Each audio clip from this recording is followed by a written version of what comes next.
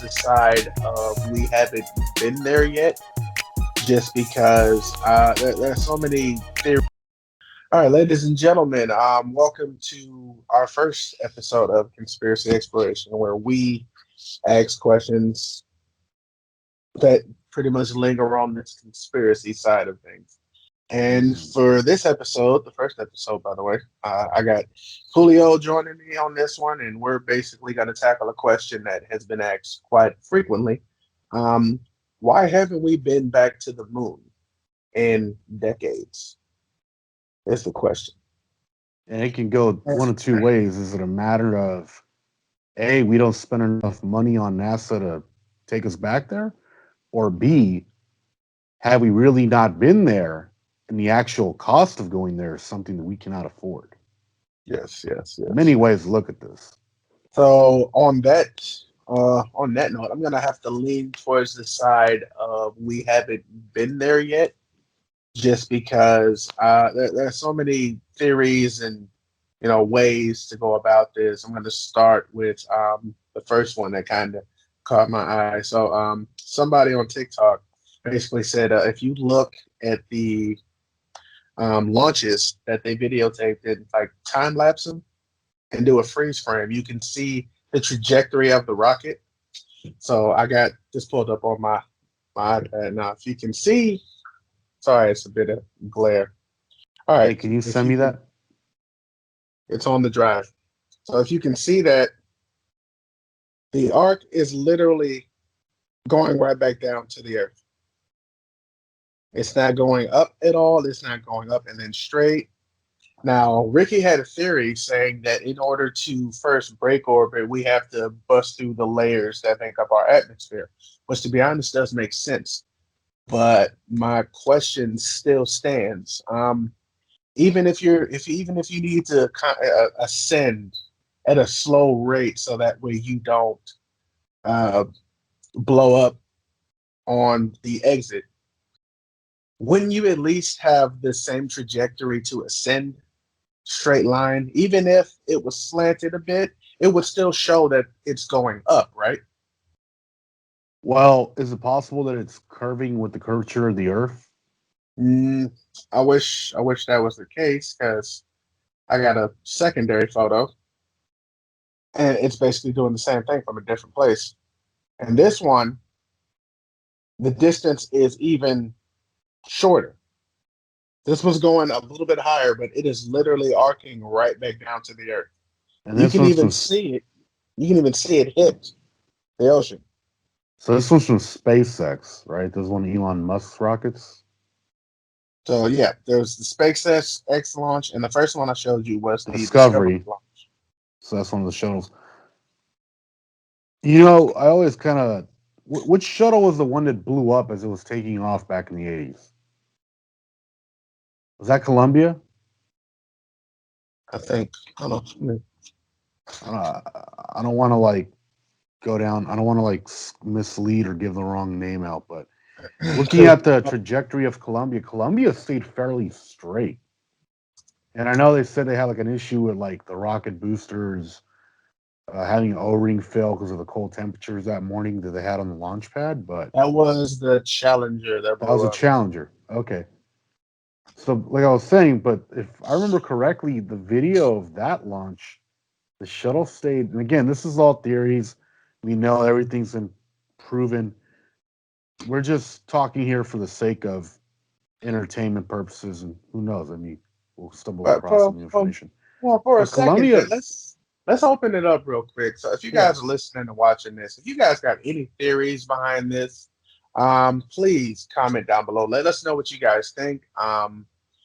Let me know what you guys think. What you think the reason is why we haven't been back, or if we actually have been back, or maybe they've been going to the moon constantly and just not telling us about it. hmm Um, there, like I said, the spectrum is so wide on this topic that you can literally go in infinite directions and I literally create mean, an entire timeline. you see images of UFOs pop up like every year, and sometimes I'm curious: are the UFOs or are they spacecraft that we're like actually using for space travel at this point? We're not telling anybody. It'll be both. Shoot. How Like like if you're like what if those are the tests that they're running to test out new like upgrades to the I ships, mean, right? for all you know, like that could be like a regular transport that we use to go to the moon and back, and maybe we got, for all I know, we could have some equipment out there. We could have. I made the joke the other day at work that every freaking crater on the moon could have been turned into a satellite dish at this point, and the moon is one big ass orbiting freaking like satellite dish sending messages back and forth across the universe. Mm, That's a little far fetched, but like it was a joke. if I had to think about a main hub, if you had to choose between the planets, Mars would probably be the best bet. Yeah. Just because it's already been thought as a way station for extraterrestrials and whatnot. So Hmm. that would be a best place to pass on information. I'm just thinking a It place is that, fairly far out there too. it has a longer rotation, so therefore its frequency can broadcast more often and reach, the ranges it needs to reach, as opposed to moon where it rotates the earth every single day, 24 hours. So that signal is, weak and strong and weak and strong. But Ricky, too bad he couldn't join in on us for this one. He sent us some of his theories about the topic. So first, um, one of his theories was that we have been to the moon. We were told by aliens that not to go back to the moon anymore because the moon is being used as a monitoring station for the Earth and humans, and they're basically monitoring us like we're a science experiment. And to be honest, to kind of piggyback off that one, I heard a theory that states that we are basically in the midst of a triple experiment between three different extraterrestrial beings. The dinosaurs was one, and the other two I don't know, but currently we're basically in the midst of an 80,000-year-old experiment Is it that possible that three different aliens are basically experimenting with us and monitoring us and seeing how well the experiment is goes. is it possible marine life is one of like the three that are on the planet's surface? I mean, we Well, if you think about it, if we had to think of any species living on this planet that could possibly survive in the environment of space, it would have to be ocean life because they live literally in the environment that is very not 100% similar, minus the vacuum of space, but they live in a zero G environment and they have to hmm move around to survive. It's basically the exact same, and their bodies adapt to pretty much all of it. So that you might be right. That might be the third experiment. Because the thing that I find funny is, how they're discovering new species yeah. of wildlife every year and whatnot. Like, what And we keep if? finding like new bits of ocean life that are like deep in the bottom of the ocean. Yeah. So what if that the experiment is still ongoing and they're still like manipulating and creating like new species to release and see how they interact in the environment. All So what right. if the Earth is basically just one big ass petri dish? Here's one for you. What if with commercial fishing, we keep disturbing the experiments? We keep pretty much like taking away and consuming the specimens that they're using. Nah, I can't Mm-hmm. see that one being a possible. The reason why is because we've been doing it for years. For thousands of years, we've been consuming sea life, and there's still more of them. Like some go extinct, and then they're just like, well, they clearly could not adapt to the change in their environment, and they went extinct. So that's the end of that experiment.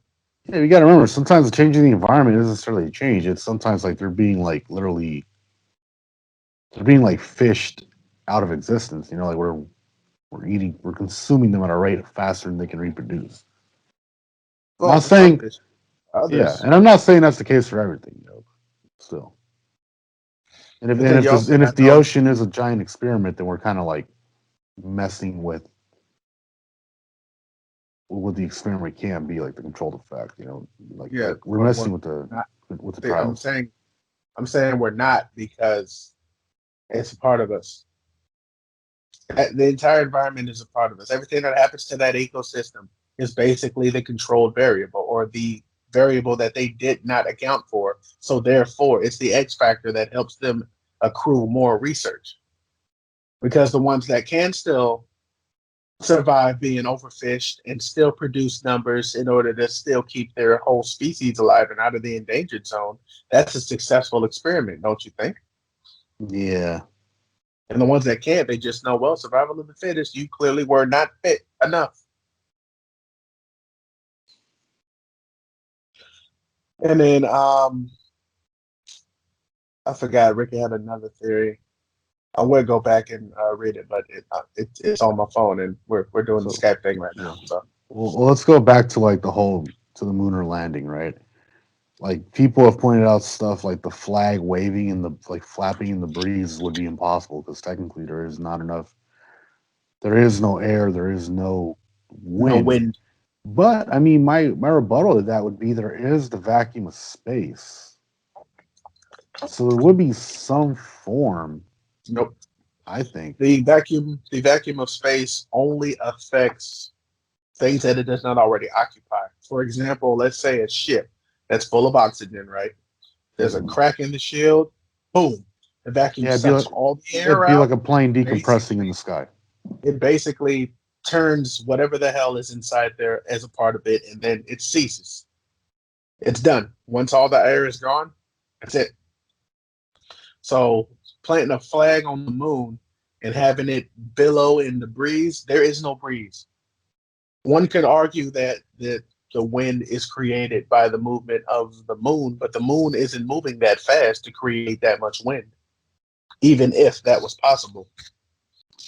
Right. Another point is that a photographer tells a story that there were only two and again, this is like from the point of view of this didn't happen. There's a photographer who says that there were two astronauts that went on the moon, but in many of the pictures you can see a photographer in the reflection of their suits.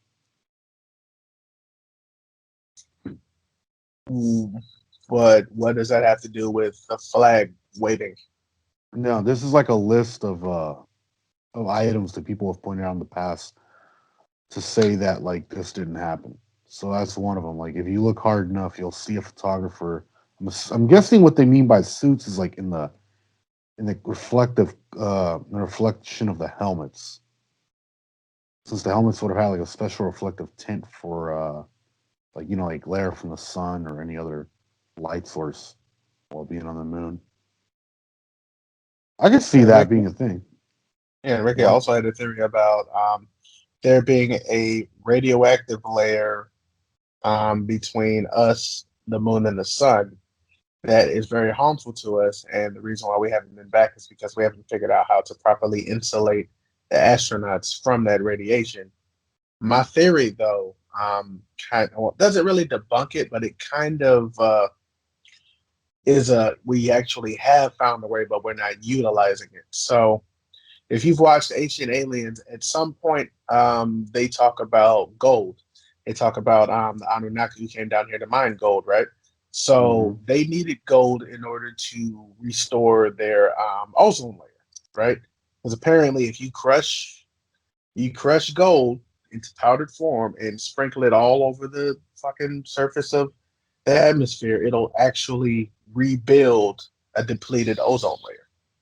Hmm. So, with that in mind, um, there have been many accounts where gold has been used as a way to shield yourself against radiation. So, if they were to basically line the suits with gold, they could protect the astronauts from that radiation because gold can protect you from radiation. Hmm. That's what they said. They And do. NASA does there use were gold also on their satellites. UFOs, there were also UFOs that were Uh-huh. also coated in gold Hmm. as a means of radioactive protection. Because if you travel in, space, you're going to come, across many different Oh stars, yeah, definitely. which means multiple forms of radiation at any given point in time. So you're going to need something to protect yourself. I mean, shows like Star Trek always talked about how the ships had to be like lined. Like, and obviously this is science fiction, but they talked about how the ships would have to be like lined the hulls with like certain materials to protect the crew from radiation or space debris puncturing the ship and Yeah, but causing all kinds of havoc. the funny thing about science fiction, though, some of it is has been proven to be science fact. Oh yeah, no, Like it's definitely. only fiction until you can prove that it's possible, Right. and that's pretty much what I'm getting at. So just like they said, like that whole like there will never be like lightsabers and shit. I was like, that's because we haven't discovered the technology in order to create it. And in fact, Hmm. there's some guys who actually have created the first actual lightsaber. Now it doesn't do like everything in the movies, but I've it seen can some cut of through that. shit. Yeah. So it is possible. Yeah. So for those who don't think that like, being tied down to a table like James Bond getting sliced in half by a laser isn't gonna happen. Probably is gonna happen at some point. Hopefully it's not a human getting sliced in half, but Or it's already there. We just haven't seen it yet. yeah, for all we know it could be out there. I mean, what's the rule of thumb? A lot of new technologies that make their way to the consumer have already been in use somehow by the At least government or the like military 10 for at years, least 15, 10 to 15 years, 10 to if 15. not Yeah. 20. Yeah. I mean, look So, at drones. They're everywhere now. what was it like the early 2000, like late 90s, early 2000s when you kind of were seeing them like dropping bombs over Iraq or for like surveillance, and now it's like, hey, you and I could go to Best Buy right now and pick up a small drone for like $300, if Yeah, not I'd say even early less, 2000s, about around 2008, give or take. right? Maybe a little bit less, maybe a little bit before, I remember like like hearing about it 2006. after 2001 when like we're going to war in Afghanistan, but I didn't hear about drones until sophomore year in high school. I was always the nerd for like aeronautics. Somehow I didn't get into that though. Okay, here I am. But no, yeah, like back to the topic at hand. Like you said, science fiction theories always can always become real as long as you prove it. And Yeah, just like with this right here, I mean, hell, for all we know, we haven't been to the moon. I mean, heck, I'm looking at a part here that says it's possible that a lot of the pictures of us on the moon, the reason that one, they look poorly because these pictures were taken in the mid to late 60s, but two, like we probably were using early forms of Photoshop in order to edit these pictures and make them look real. I mean, nothing looks realer than a picture that looks all hazy and blurry and you can't really call out the fine details to say that, hey, this looks kind of sketchy. yeah. And the funny thing, like back when I used to work at Niagara, me and my coworker Ronald, we used to bounce conspiracy theories off each other just because it was something to do. We worked 12-hour Hmm. shifts in a hot ass plant, and me and him both love like those kind of conversations. So me and him got into a debate on pretty much the whole moon theory and pretty much space travel, where someone basically stated that if you can go to the moon, then you can travel space. I'm like, not quite. Um, First off, like technically speaking, yes, but you'll probably die before you reach anywhere. And I then, think we need like a consistent fuel for going to travel space. yeah, I'm getting at You that. So the theory, the debate that we had was if hmm we were to start traveling space, because there'd be a few key things that we need to be able to control. We need to be able to control how fast we go, what direction we go in, Right. um, the G-force anomaly. We'd have to deal with that, Oh yeah, because if you're going to be traveling the and speed of light, you're not going to act like you're on a ship on Star Trek or on Star Wars just walking around like it's nothing. yeah. So there was that, and then of course there was also shielding against radiation. So I came up with a couple of theories. One, I believe that all of those UFOs, if you look at most of the videos and look real closely, it kind of looks like there's a slight force field around it that's kind Hmm. of protecting it. And I also think that they also have some mechanisms that create inertial dampeners. term from Star Trek, where basically so no matter what's happening outside, The it could be crew has chaotic like outside. has a stable Everything, environment inside. yep, everything inside is basically like its own gravity, its own planet. So no matter if you're upside down, if you're moving fast, like Hmm. nothing's happening inside because you're good. It's almost like someone encased you in mercury. And no matter what's happening, everything inside the liquid is still perfectly fine. So you can go up to speeds of however fast you want, even break the sound barrier and not break your damn neck while you're driving. And then two, um, coat the entire thing in gold to protect it from radiation. But also line um, whoever's inside the vehicle kind of come up with like a thread of some sort to kind of a gold thread lining to kind of create so that way you can protect them just in case the radiation shielding doesn't hold. It at least gives you enough protection. So that was my theory behind that one. And I basically said all you got to do is be able to generate force fields big enough to surround your vehicle, and then you can basically defy the laws of physics because the laws of physics are as it stands of our understanding of our reality and gravity as it is right now. But if we start encountering things that basically prove that our laws of physics are incomplete, Mm. then we have to start taking that new discovery into account and readjust things, adding that new discovery as a variable, right? Because as it stands, we are basically, technically speaking, we're all falling towards the center of this damn earth. But the only Right. reason we haven't is because we have ground to stand on. But if there was no ground between us and the center of the earth, That'd be one hell of a free fall all the way down. yeah, and funny thing about the center of the earth, I don't think that it's that like I don't think they actually know what's at the center of the earth. It's all been estimations and guesses, but they haven't actually seen what's at the center of the earth. Oh, here's an interesting fact. 1 in 10 Americans do not believe the moon landing really happened. That's a high number. Yeah, that's a very high number. That makes you question a lot of things. You could say 1 in 100, okay, whatever. But 1 in 10, that's pretty high. That means I can walk out of my house right now, go into like a freaking well, everything's closed, but I can walk out of my house right now, go up to a group of people, and if there's 10 of us, be like, hey, who here thinks we haven't been in the moon? And I might get lucky, and somebody's gonna raise their hand and say, I don't think we've been in the moon.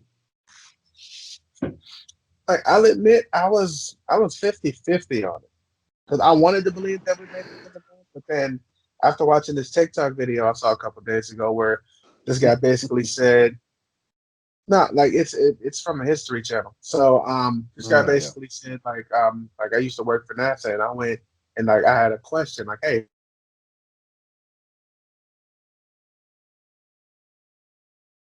Oh, there we. that was Tish, damn it." So this guy basically asks a question. Can you hear me? Yeah, I can hear you. Oh, all right. So he basically asked the I'm question over why here we haven't yawning. been back. We haven't Still been. waking Why up. we haven't been, dude? Trying to talk. He asked the question because he worked in NASA. He asked around like, "Hey, how come we haven't been back to the moon?" And Uh-huh.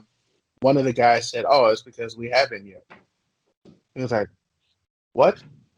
He was like, "At that point, we didn't have the technology to actually physically make it to the moon, so we staged it. Now we do, and we can go back to. We can go to the moon." So I was like, I'd like to see like I know like someone saying some shit is one thing. I'd like to see like video evidence of him saying that.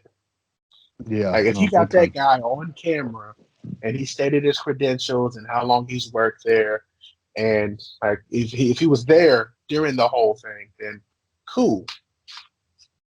Otherwise, just going off your word, I mean, anybody can say anything.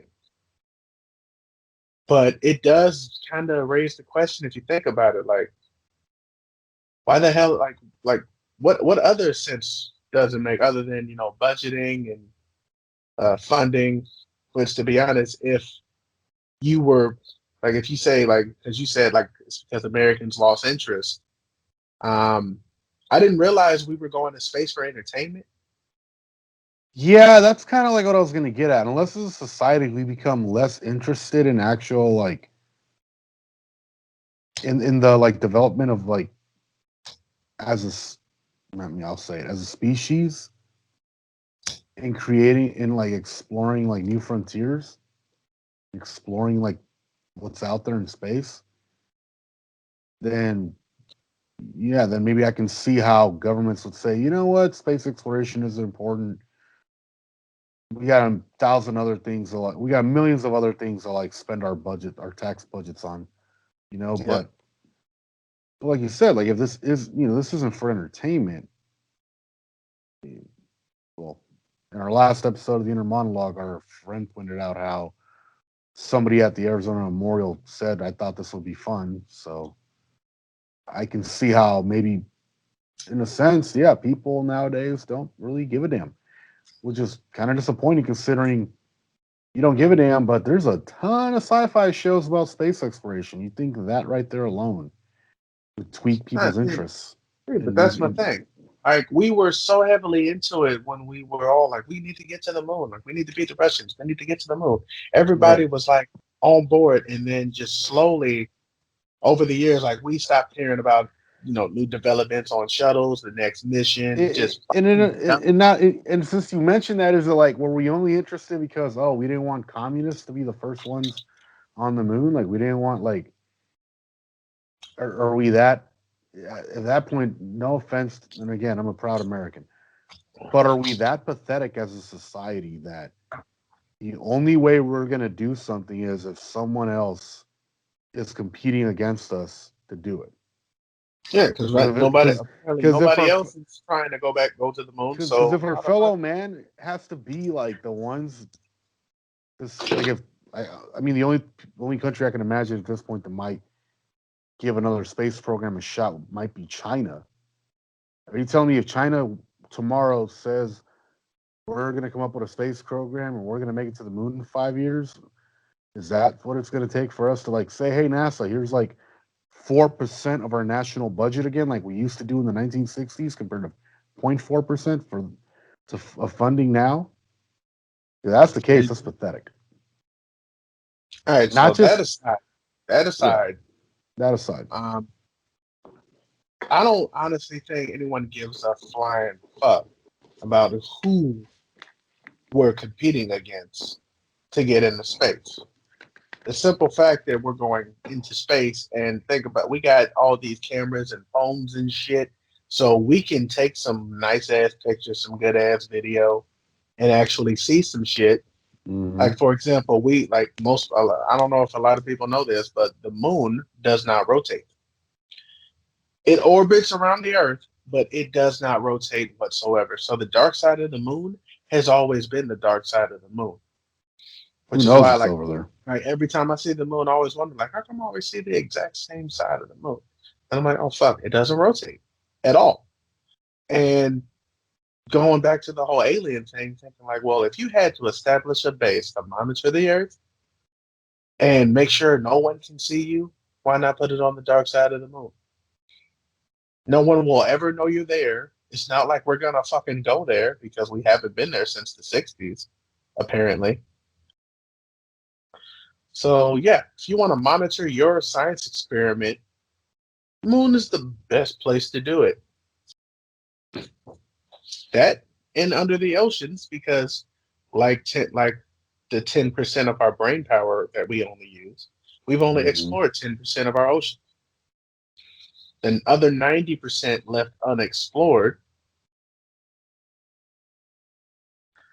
and we still haven't explored it, but we have the nerve to try and venture out in space when we haven't even seen everything this planet has to offer. And my theory about the time lapse photos that I showed you, some of them, depending I on which one, I've only shown two, I but just went there's on a website and looked at them, like thank you. astronauts supposedly on Can the I moon. finish? Can I finish? So the time lapse trails, some of them apparently headed in the direction of the Bermuda Triangle. And basically, someone's theory was that the Bermuda Triangle's mystery is not a mystery at all. It's basically where all the shuttles go to land because they've never been in space. So when people Mm. say ships have disappeared, I'm pretty sure that they came in contact with the people protecting that space and they sunk their ships and killed them to make sure they never said what they saw. It's like it's like getting too close to Area 51, pretty much. Yeah, but now we can go into Area Hmm. 51 because they quote unquote moved everything. Yeah. Well, I think that's all we got for today. Episode ran a little bit long, but we got some good discussion, and hopefully next time the guys, everybody else can join in, and we can all collaborate on our theories and thoughts. But as we If go we forward, we'll definitely be bringing in a lot more, not just conspiracy theories. We'll probably have more stuff to add to the channel. I mean, so if this captures your attention, ladies and gentlemen, check us out. Yeah, to be honest, we may end up doing a follow up on this question because I honestly want to hear Jose and Rick's Hmm. ideas on the subject. So We'll definitely be having a part two to this. yeah, so thank you guys for tuning in to our first conspiracy exploration. Please like, share, and subscribe. Comment down below. Follow us on all our social media platforms, and hope everybody's being safe out there. We'll catch you guys on the next one. Peace. Peace out.